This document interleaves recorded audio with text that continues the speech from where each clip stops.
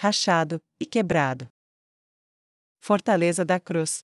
Fronteiras dos Elfos Negros. O comandante Lomon Bela sempre se considerou um homem de sorte, nascido com um corpo poderoso que dificilmente teve que trabalhar para melhorar, dominou facilmente os filhos de outros nobres, nascido com uma mente inteligente, ele nunca precisou estudar para chegar ao primeiro lugar da turma, nascido com rapidez e visão aguçada, ele era mais rápido e preciso do que seus pares, a tal ponto que dificilmente precisava praticar com sua espada ou arco para superá-los, ele era o auge da competência. Mas o auge de sua sorte, ao pensar nisso durante o café da manhã naquele exato momento, era sua posição atual. Ele estava sentado em seu escritório na torre olhando pela pequena janela que dava para o território dos Elfos Negros, e suas planícies aparentemente intermináveis, pelos deuses, que vista! Ele comentou alegremente, ele acariciou sua barba preta perfeita, e sorriu satisfeito enquanto dava uma mordida em seus ovos. Eu ainda não consigo acreditar que nasci com muita sorte também, para ficar estacionado aqui, muito, muito longe de Néia, para não ter que marchar por todos os lados atrás de Henry, para não ter que enfrentar elfos loucos ou selvagens, rainhas parte dragão mágica, apenas uma posição vital agradável, e fácil para enfrentar a guerra, ele disse para si mesmo antes de soltar um suspiro profundo de contentamento. Ele puxou uma pequena corda que estava pendurada perto da mesa onde comia, e um criado entrou. Prepare um cavalo para mim, gostaria de ir caçar esta manhã. Imediatamente, meu senhor. O servo disse com uma reverência, ambos congelaram, houve um estrondo baixo. Você ouviu isso? Lomon perguntou hesitante, duvidando de seus próprios ouvidos por um momento, ele olhou pela janela novamente, na direção de onde o som tinha vindo. Senhor, eu ouvi. O servo respondeu, o estrondo foi um pouco mais alto desta vez.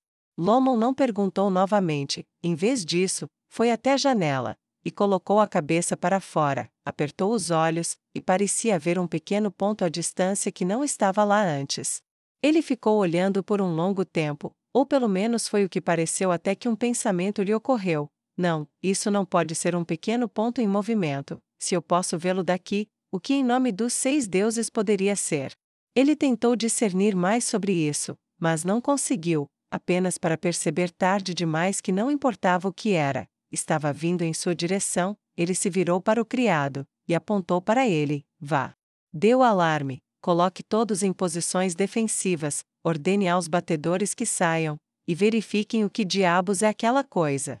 Ele saiu correndo da sala, deixando sua comida esfriar, e sem se importar com nada, ele correu para seus aposentos, e começou a vestir sua armadura enquanto o estrondo começava a soar cada vez mais como um trovão. Quando sua armadura estava vestida, ele correu, e agarrou um servo, rápido. Envie um cavaleiro para o sul, e diga a eles que estamos prestes a enfrentar um cerco. Meu senhor. Imediatamente. O servo gritou de terror, oferecendo-se instantaneamente para o dever sem dizer isso. Lomon desceu correndo as escadas, seus pés ecoando nas paredes enquanto ele se movia mais rápido do que nunca em sua vida. Normalmente o eco daqueles passos era praticamente ensurdecedor, por isso ele sempre os tomou com cuidado no passado, mas naquele momento, o som deles se perdeu sob o estrondo crescente. Ele abriu a porta para o pátio, e encontrou seus soldados reunidos ao longo dos muros, e em frente ao portão em posição de batalha. Um sentimento de grande orgulho cresceu dentro de seu peito. A disciplina perfeita deles era o resultado de inúmeras horas de treinamento até que a dele fosse a melhor força de guardas que ele conhecia em toda a teocracia Slane. Soldados, não sei o que há por aí, mas tenho fé absoluta na sua capacidade de fazer o seu trabalho, e triunfar. Lomon gritou, e foi recebido com aplausos de confiança. Eles querem uma briga, você vai dar a eles uma briga inesquecível. Agora preparem-se. Ele gritou novamente, e desembainhou a espada, segurou-a no alto, e se tornou uma figura muito nobre no olhar de seus subordinados. Seus soldados ficaram tensos, e se prepararam. Lomon moveu-se rapidamente para a torre na casa do portão, e subiu até o topo da muralha.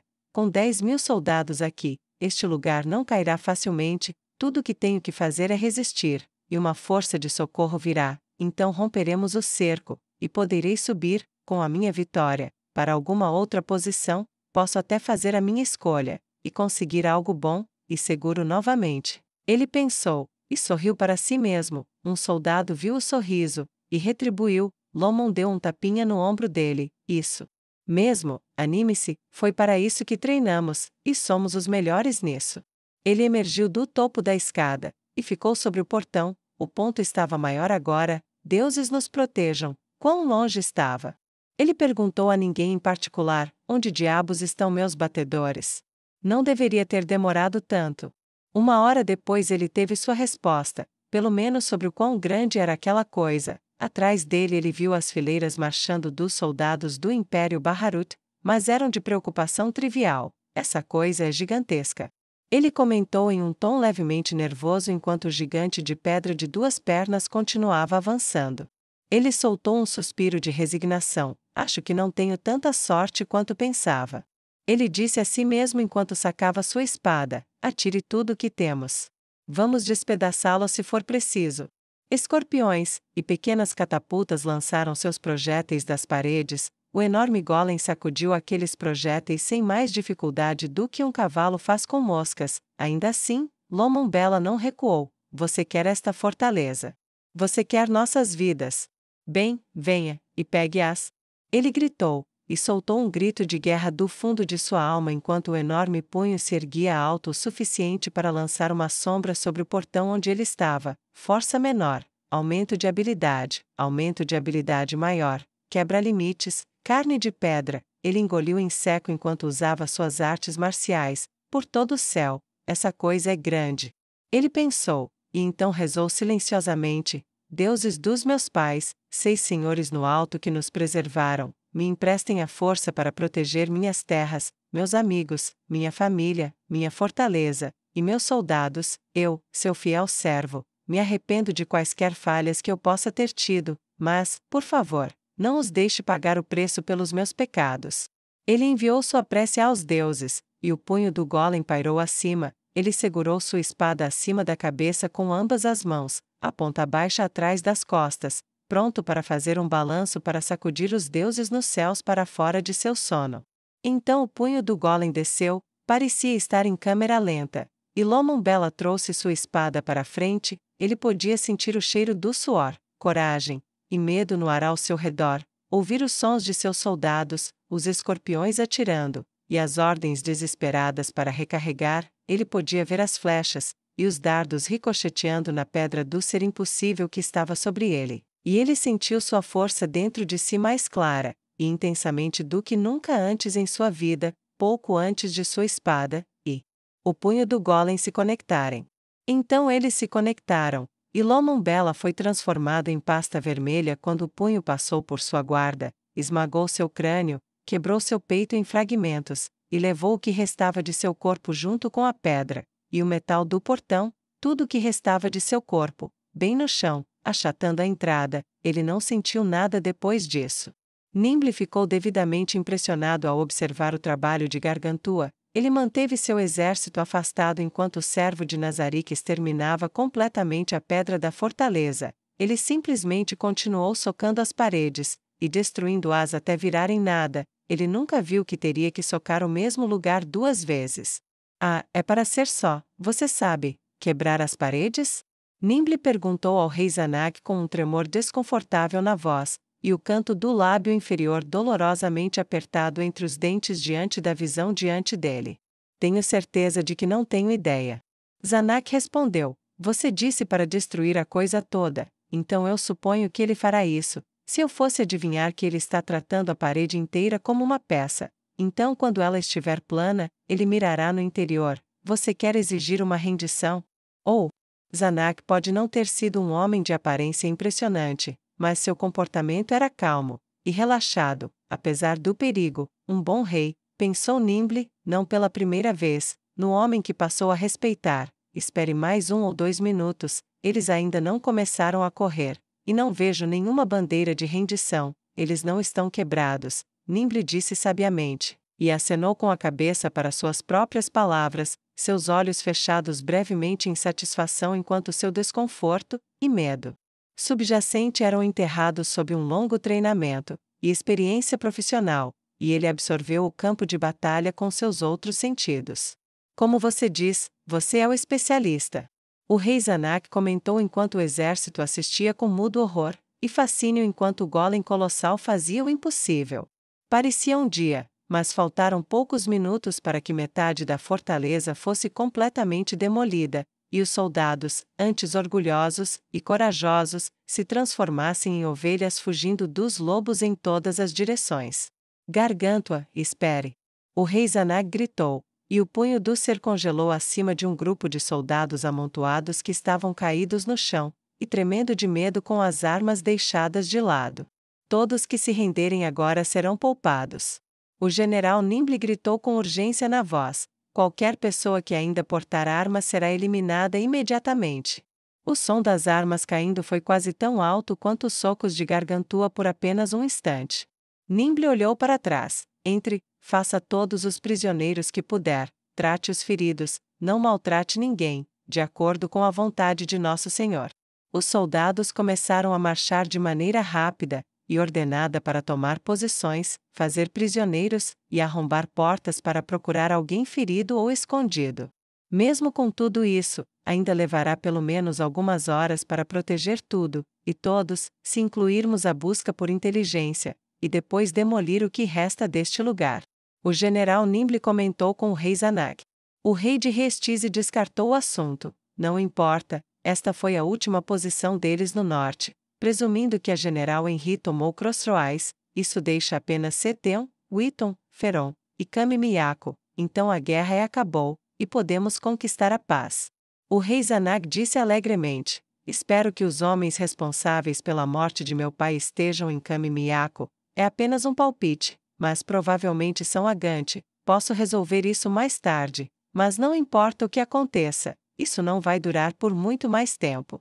Na frente deles, além dos escombros e da destruição, eles observavam os soldados amarrados por cordas ou correntes, soldado após soldado da teocracia Slane. Havia também feridos que não estavam amarrados, alguns foram carregados, alguns foram ajudados por seus pares a mancar até o lugar onde pudessem se render adequadamente, todos eles, no entanto, ou pelo menos todos aqueles que ainda tinham consciência de seus arredores, e não estavam nem catatônicos nem inconscientes, usavam máscaras de horror inimaginável em seus rostos enquanto olhavam para o monstro que tinha vindo para destruí-los. Eu meio que sinto pena deles. O general Nimble disse com certo sentimentalismo na voz. Eu não, a teocracia Slane foi um espinho no lado da minha nação por muito tempo, nós deveríamos ter sido aliados, em vez disso eles não foram nada além de um obstáculo nos melhores momentos, especialmente depois da última rodada de ações com aquele bastardo do Philip, sem mencionar terem matado meu pai, e eu suponho que eu deveria usar isso contra eles por sequestrarem Clean também. Não. Esta é uma retribuição bem merecida de onde eu estou. Zanak disse entre dentes. Acho que sentiria o mesmo no seu lugar, mas, quando olho para seus rostos quebrados e cheios de desespero, não posso deixar de sentir isso de qualquer maneira. O general Nimble respondeu. Pergunte-me novamente em alguns anos, talvez eu sinta o mesmo. O rei Zanak acrescentou, e então esporeou seu cavalo para a frente. Agora, vamos dar uma olhada ao redor. Gostaria de ver quantos prisioneiros fizemos. Como quiser, meu senhor. O general Nimble respondeu educadamente, e esporeou seu cavalo para alcançar o rei. Nazarick. Ainda estava sentado lendo em sua mesa. Era uma experiência agradável fazer isso em paz e sossego. Tuari e Sebas estavam prontos para o caso de ele precisar de alguma coisa, mas, como aconteceu naquele momento, não havia nada. Tuari provou ser hábil em limpar seu escritório interno, e o fez com grande destreza. Então ele a recompensou permitindo que ela ficasse em vez de ir cuidar de outras tarefas, e simplesmente aproveitar a espera com seu marido por uma chance de ser útil. Essa chance veio inesperadamente na forma de uma mensagem de voz desconhecida. Oh cara, espero que isso funcione. Ouças, este Zetsumei me disse que isso se conectaria ao rei feiticeiro. Meu nome é Sena Tachoni. Sou o capitão da escritura negra. Estamos do lado de Zeshi, aqueles de nós que ainda estão vivos, e atualmente estamos sob o palácio do rei elfo. É um lugar muito estranho aqui, mas há muitos cativos, alguns deles, e ela está em péssimo estado. Ela diz que está na sala do trono do pai. pronta para que você cumpra uma promessa com ela. Isso faz algum sentido?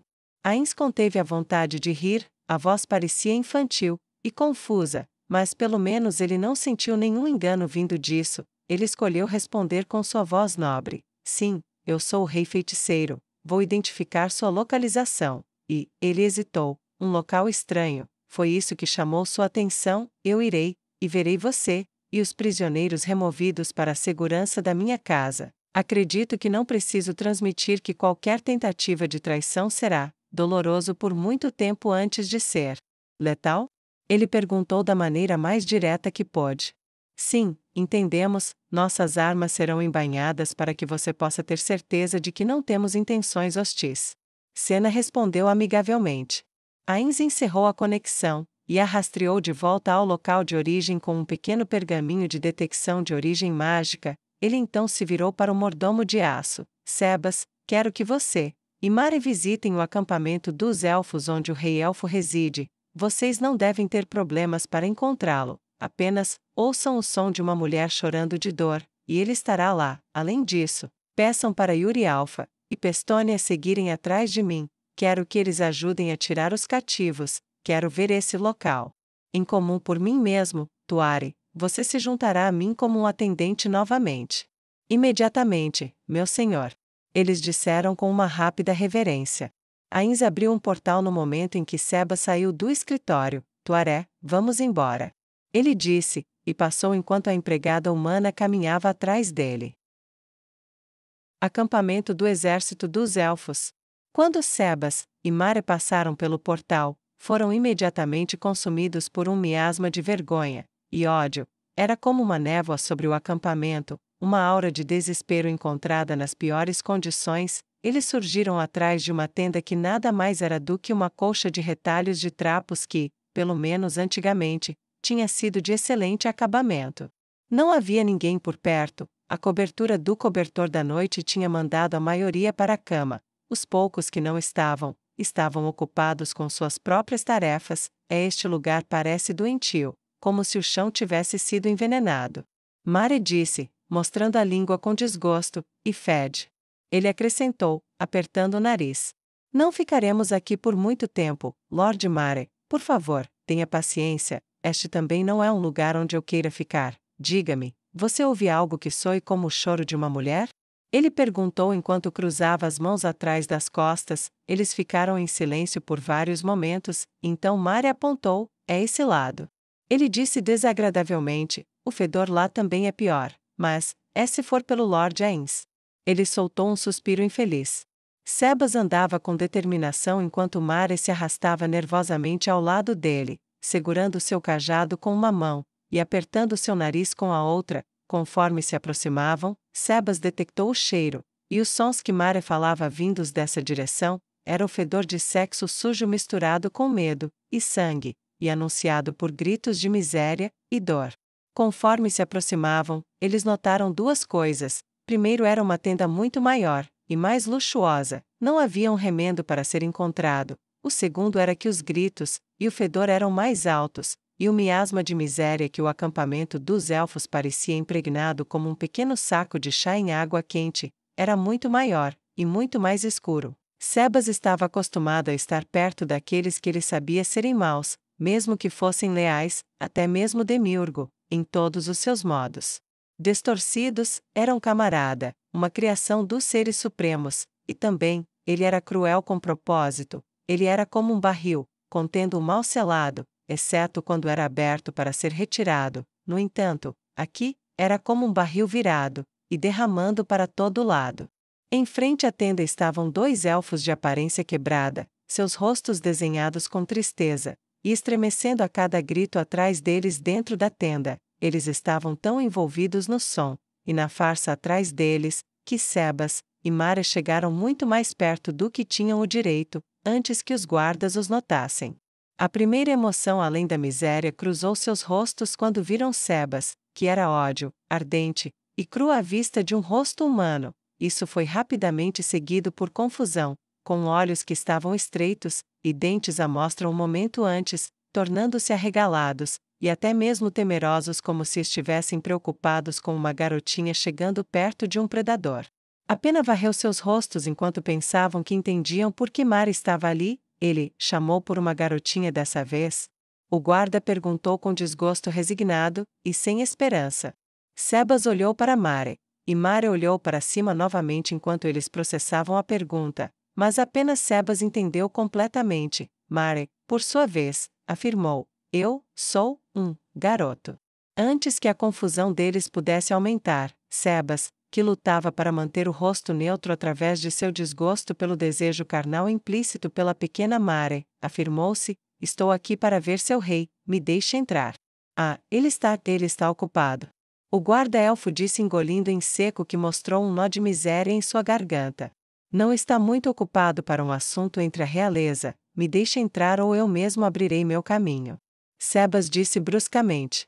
Sua intenção assassina aumentou um pouco, e tal era o espírito abatido desses miseráveis que Sebas sentiu tanta pena deles quanto da mulher cujos gritos estavam ficando mais fracos a cada momento, e o guarda-elfo olhou para os olhos reais de Mare, e então fez o que lhe foi ordenado. Ele entrou, e abriu a tenda. Majestade, você tem uma visita urgente. O rei-elfo grunhiu, e largou a mulher com desgosto. Por que você me interrompe, inseto? Ele rosnou, eu ainda não terminei com essa. Sim, você terminou.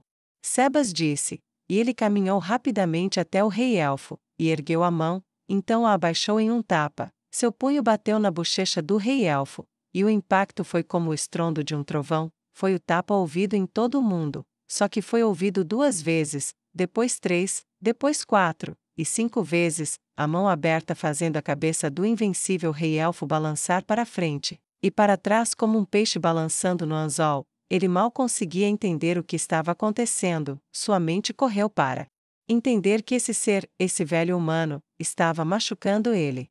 O guarda olhou para o trio boquiaberto, e quase tremendo de descrença e alegria, a mulher que o rei-elfo havia derrubado cambaleou para trás, ficando de 4, com o pescoço esticado para olhar o inacreditável momento de libertação enquanto as orações não ouvidas de uma era eram respondidas com a mão aberta. As feições nobres do rei-elfo se contorceram de raiva, e ele recuou quando o tapa parou, e deu um soco que devastou montanhas, ou assim diziam as histórias, apenas para ser pego no pulso por Mare, que apertou, e quando ele apertou com o pulso, ele soltou um grito do rei-elfo com tanta certeza como se estivesse espremendo o suco de uma laranja. Este é esse? Se certo? Ele perguntou ansiosamente, e Sebas acenou com a cabeça, e sorriu satisfeito. Eu pensei que ele supostamente era forte, ele é tão fraco. Mare disse, sacudindo o pulso, e arrancando mais gritos do rei, que se afastou desesperadamente como se ele realmente fosse um peixe no anzol tentando se soltar. Você tem essa certeza? Mare perguntou. Sim, Mare, é ele. Sebas respondeu. Ele olhou para o bruto nu, agonizante, e furioso. Você vai para casa agora, e enfrentará alguém que esperou para vê-lo por um bom tempo. Sua vida pertence a ela, conforme o acordo dela com o rei feiticeiro. Sebas disse calmamente. Ele não perguntou se o rei-elfo tinha alguma dúvida, não importava, ele não se importava. O portal se abriu atrás do rei-elfo, e Mare simplesmente o jogou como um saco de batatas indigno.